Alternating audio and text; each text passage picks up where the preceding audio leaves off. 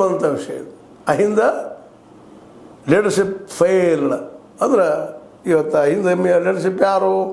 ಸಿದ್ದರಾಮಯ್ಯನವರು ಬದಿ ಸರಿಸ್ಬಿಟ್ರು, ಫೇಲ್ ಆಗಿಬಿಡ್ತು. ನಾವೆಲ್ಲ ಇವತ್ತು ಅನಾಥರಾದ್ವೇನು ಅನ್ನೋಂಥ ಭಾವ ಎಲ್ಲ ಸ್ವಾಮಿಗಳು ಬಂದದ. ಅಹಿಂದ ಮೂಮೆಂಟ್ ಅಂತೂ ಇದು ಜೀವಂತ ಉಳಿಬೇಕಾಗ್ತದೆ. ಈ ಜೀವಂತ ಉಳಿದ್ರೆ ಒಂದು ದೊಡ್ಡ ಆಸ್ತಿ ಸತೀಶ್ ಅವ್ರಿಗಾಗಿರ್ಬೋದು, ಇನ್ನುಳಿದವ್ರಿಗಾಗಿರ್ಬೋದು, ಮುಂದೆ ಆಗ್ಬೋದು.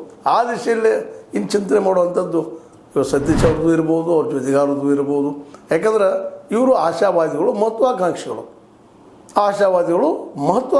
ಇದು ಮತ್ತೆ ಹೇಳ್ತಾ ಇದ್ದೀನಿ ಮಾತ್ರ. ಆ ಮಹತ್ವಾಕಾಂಕ್ಷೆ ಈಡೇರಿಸಬೇಕಾಗಿತ್ತು. ಅಹಿಂದ ಮೂಮೆಂಟನ್ನು ಇನ್ನೂ ಜಬರ್ದಸ್ತಾಗಿ ಬೆಳೆಸ್ಕೊಂಡು ಉಳಿಸ್ಕೊಂಡು ಹೋಗುವಂಥದ್ದು ಅನಿವಾರ್ಯತೆ ಅದ. ಇವತ್ತು ಸಿದ್ದರಾಮಯ್ಯನವರಂತೂ ದೂರ ಸರಿತಾ ಇದ್ದಾರೆ, ಮೈಸೂರಲ್ಲಿ ಸೀಮಿತ ಆಗ್ತಾ ಇದ್ದಾರೆ. ವಯೋ ಮನೋಧರ್ಮ ಇರ್ಬೋದು ಬೇಡ. ಈಗ ಇನ್ನೂ ಮತ್ತೆ ನಾವು ಗಮನಿಸಬೇಕಾಗಿತ್ತು, ಅವ್ರು ರಾಜಕೀಯ ಬಿಟ್ಟು ಹೋಗಿಲ್ಲ, ರಾಜಕೀಯದಲ್ಲಿದ್ದಾರೆ. ಅಂದರೆ ಹಿಂದಿನ ನಾಳೆ ಏನೋ ಅವಕಾಶ ಸಿಕ್ಕಿತ್ತು ಅನ್ನೋಂಥದ್ದು ಇರ್ಬೋದು. ಏನೂ ಇರಲಿ, ಇವೆಲ್ಲ ನೋಡಿದಾಗ ಸಹಜವಾಗಿ ಇದೆಲ್ಲ ಅನುಕೂಲ ಯಾರಿಗೆ ಆಯ್ತು ಅಂದರೆ ಡಿ ಕೆ ಶಿವರಿಗೆ ಅನುಕೂಲ ಆಯಿತು. ಡಿ ಕೆ ಶಿವರು ಸಹಿತ ಅವ್ರನ್ನ ಸಿದ್ದರಾಮಯ್ಯನವರ ವಿಶ್ವಾಸ ತೆಗೆದುಕೊಳ್ಳಲು ಯಶಸ್ವಿನೂ ಆದರು.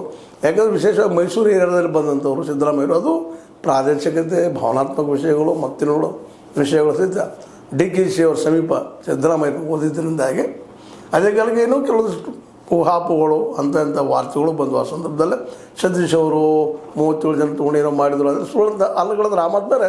ಬಟ್ ಅದೇನೇನೋ ಘಟನೆ ಆಗಿಬಿಡ್ತು. ಹೀಗಾಗಿ ಸತೀಶ್ ಅವ್ರ ಮೇಲೆ ಇದ್ದಂಥ ವಿಶ್ವಾಸನೂ ಕಳೆದು ಹೋಗಿಬಿಡ್ತು. ಮಹದೇವಪ್ಪನ ಮೇಲೂ ಆರೋಪಗಳು ಬರುವಂಥ ವಿಷಯಗಳು ಕೇಳಿದಾಗ ಅವ್ರು ಮಾಡಿದ ತಪ್ಪುಗಳಿಂದ ಅದು ಮನಸ್ಸಿಗೆ ಆಘಾತದಂಗಾಗಿ ಮೋಸ್ಟ್ಲಿ ಸಿದ್ದರಾಮಯ್ಯನವರು ದೂರ ಸರಿಯಿಂದ ಪ್ರಯತ್ನ ಮಾಡಿದ್ದಾರೆ. ಅದೇನೋ ಆಗಲಿ, ಒಟ್ಟಿನಲ್ಲಿ ಘಟಿಸಿ ಹೋಗ್ಯದೆ. ಈಗ ಅದೇ ಕಾಲಕ್ಕೆ ಇದರಿಂದಾಗಿ ಸಹಜವಾಗಿ ಹಿಂದುಳಿದ ಅಂದರೆ ಅದರಲ್ಲಿ ಮುಖ್ಯವಾಗಿ ಅಹಿಂದ ಒಂದು ಮೂಮೆಂಟಿಗೆ ಹೊಡೆತ ಬಿತ್ತೇನೋ ಅನ್ನುವಂಥ ಮಾತು.